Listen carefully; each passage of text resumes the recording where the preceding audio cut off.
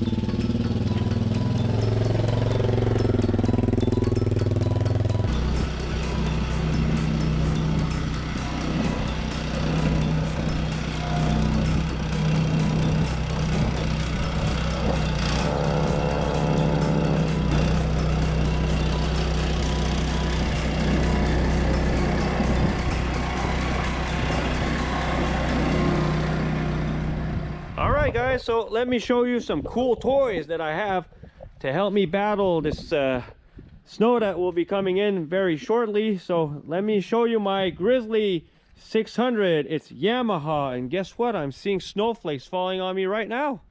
So snow's coming really fast. So to help me battle this winter, I have this amazing plow. Don't ask me what size it is because I don't know, but anyways, it was given to me by the same person that used to have this Grizzly 600. So what I'll be doing is I'll be pushing all of the snow into this trail right here that's like in the back of my house. So everybody in my area, that's what they do, because this trail is not being utilized during the winter season because it's basically covered by snow. So who cares? Only snowmobiles pass by there, including myself. So anyways, let me show you this cool little thing. So for me, it's the first time that I ever use a plow in the winter time, because I always used to have a snowblower, but I'll show you a snowblower that I just got too. So let's check this thing out. All right, so what I do is I turn this knob around and it'll lift up my my plow, and I have this pulley kind of system that relieves some stress from my winch right here. So it doesn't depend only on my winch, but this is pretty cool. Check this out.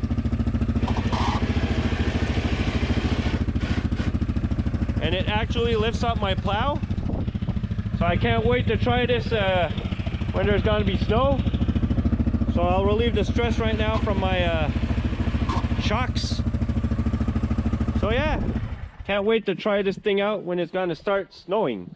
And I also got this cool little snowblower. It's a Yamaha YT624, brand new. Got it like 2 weeks ago.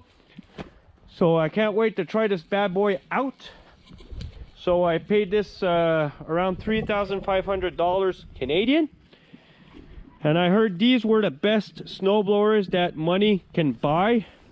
And I did have a Craftsman. I used to love my Craftsman. But what I wanted this year was to get this super cool tracks and not wheels to actually give me better gripping. And man, she is ready.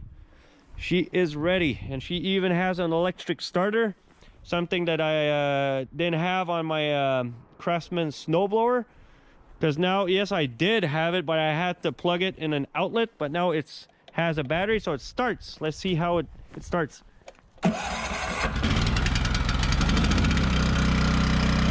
So we have front, reverse, and this is for the chute. And it also has automatic turning left.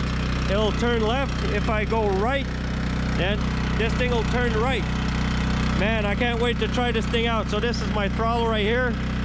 Now we're in the fast mode, like you can see. And now this is the slow mode. So yeah, this is gonna be my cool little Yamaha snowblower. So now let's go to the sled.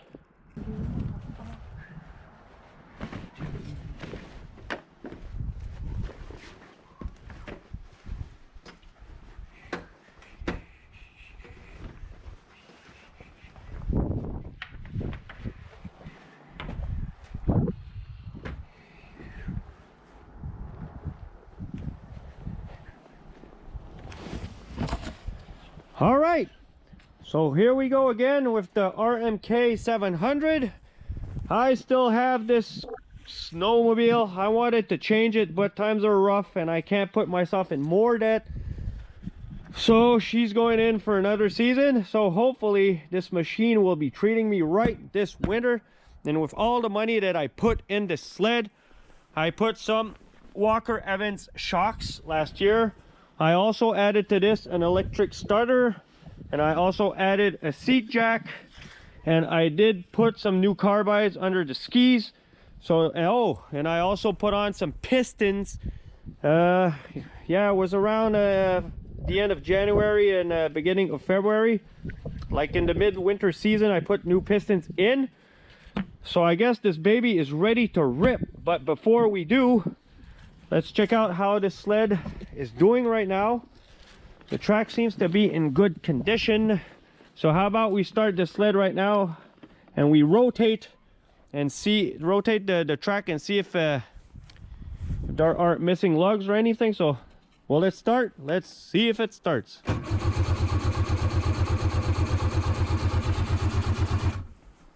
What the hell? Okay, I think that my battery needs to be charged. So how about I try to crank it? Then I try to crank it and let's see if it will start. It is really cold and it hasn't started in a bit.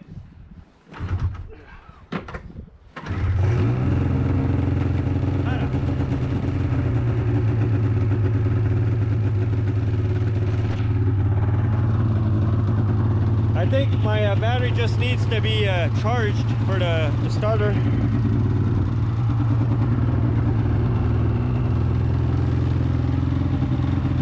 It is cold, and let's see if there are any missing lugs. I don't see any. All right, so no missing lugs on this track. Started almost right away. So yeah, so how about we try to do a little compression test on this bad boy. Let's go for it, guys.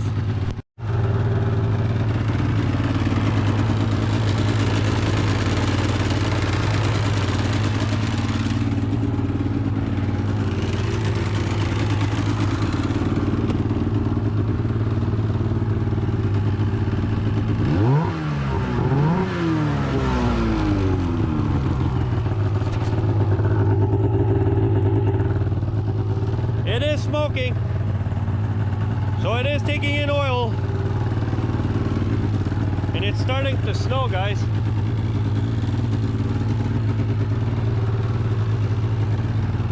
I just want to get up to temps before I do the compression test.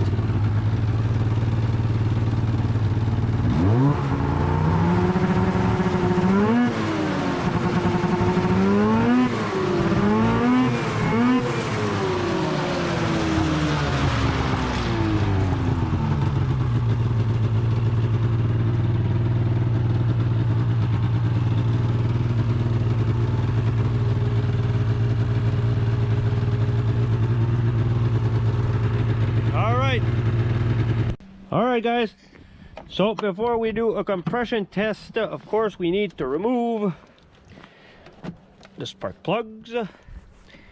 And what I do is I like to carry a wrench with the right socket to remove the spark plugs, and I always leave like an extra wrench and socket right here, so when I do have to change a spark plug in the trail or something. I don't use this really cheap thingy that comes with the sled. So anyways, let me take both of these out and we'll be performing our compression test. All right guys, so as you can see, this is my compression tester. It's a cheap compression tester that I got from eBay. I think it cost me like 30 bucks. But I did have to buy this adapter right here. That's a snap-on adapter. I just put this right here because I wanted to make sure that I was always pulling out the right one when it's dark. So it has like the right amount of threads that imitates my spark plug threads. So it's the same length and everything. So we're gonna do a compression test right now and hopefully everything will be okay. All right, so let's go to the sled. So first one that we will be checking out is going to be the clutch side. So we're going to be threading this in. You do not have to go like super tight. Do not have to go super tight, just to make sure that it seals. Okay, here we go. So right here we're going to be taking this end and plugging it into the hole, and it snaps. Okay, it snapped on. So oh shoot, I forgot one thing. I need to go get some tie wraps, so we'll be back. All right guys, so we zip tied the throttle to the handlebar. So I heard you do not have to do this, but just for my peace of mind, I'm just bringing in maximum air velocity into the cylinders. So how about we start cranking on this thing and we'll see how much compression we get. So let me put you guys somewhere so that I'll put this right here on the floor or on the ground. I'll bring over the garbage. That will be my stand. So I'm gonna crank it. I know I do have the electric starter on this, but like we saw, it's kind of weak. I have to charge the battery. So we're gonna crank this beast, and it is a warm engine, so it should give me the proper reading. So I'm gonna do it around 5 times, okay? Let's go. 1, 2, 3, 4, and the last one. 6. So let's see what it gives me.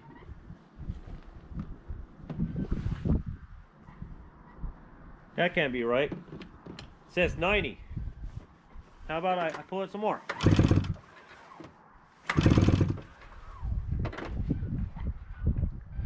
Here we are at 95. So how about if I use my electric starter?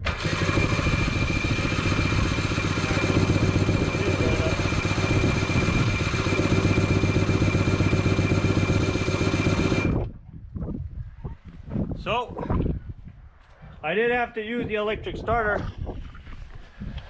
So we are at almost 100 range. That would be at 100. That's not very good if you ask me. So let's see what's going on with the other cylinder. Oh darn.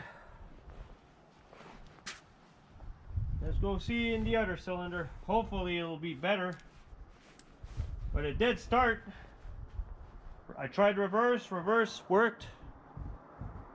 And usually if this thing is low on compression, it doesn't even want to go on reverse. So this one, clutch side was 100, so let's go see on the mag side. So I'm going to be using the electric starter. It seemed to have bumped up the compression a bit more.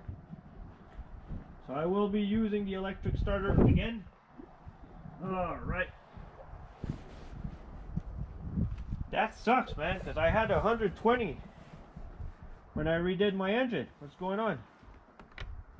So anyways, let's use the electric starter and see what it'll give me this time. I'll keep it in my hands.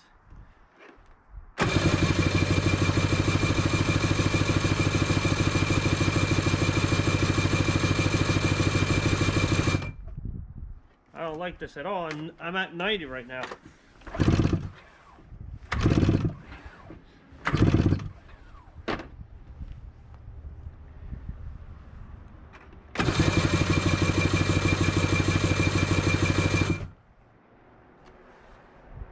So 100 on the clutch side and 90 on the mag side. So I'm really glad I did this test, but I'm also sad that my compression is very low on both cylinders. The engine does run, but if you ask me, is this a healthy engine? Not at all. But when I redid this engine last year, I only put piston and rings. I did not change my cylinders, so I guess that my cylinders might be scuffed inside. And yep, I guess that we'll have to change both cylinders, put in new pistons, and start with a fresh engine this year and not go cheap. Because I really wanted some borrowed time last year, and I did get it by only putting pistons. And I did not put any owning into both of the cylinders. I only cleaned them because when I saw a video on YouTube, all they said is you don't do anything to those cylinders because they're nickel seal. Just wipe them up and reuse them. If you can't feel nothing with your nails, it means that you're okay. And they seem both okay because I had 120 in both cylinders. So anyways, I guess that we have to spend some big money and get new cylinders and new pistons and new rings. Oh man, what a bummer. What a freaking bummer.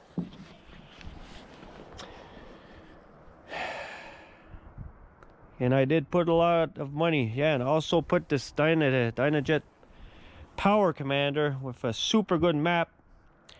This sled doesn't bog anymore like it used to. And you see the electric starter right there, so yeah, it is what it is. So I guess next video of this sled will be me again doing a top end rebuild on this RMK 700. So I'm too much in debt to get a new sled, but I can put a new engine. So you see, I'm the guarantee on this sled, so I have to fix it up. So thank you for watching, guys, and yeah, I wasn't expecting this at all, so you're getting my my very emotions and feelings right now into this video. I really thought this was gonna be 120 in both cylinders. So I'm scratching my head wondering what happened. So anyways, guys, thank you for watching, and I guess that part 2 will be coming up, and we'll be redoing the pistons and cylinders. All right, guys, bye bye, and thank you for watching. Hey, and I also had to mention I'm going on 2,000 subscribers, so thank you very much for the people that are subscribed to my channel, and it's awesome. I never thought that I would actually get like 1,000 subscribers, and I'm going on 2,000. So I owe you guys videos. So thank you for sticking around, guys. And yeah, see this thing later. Bye-bye.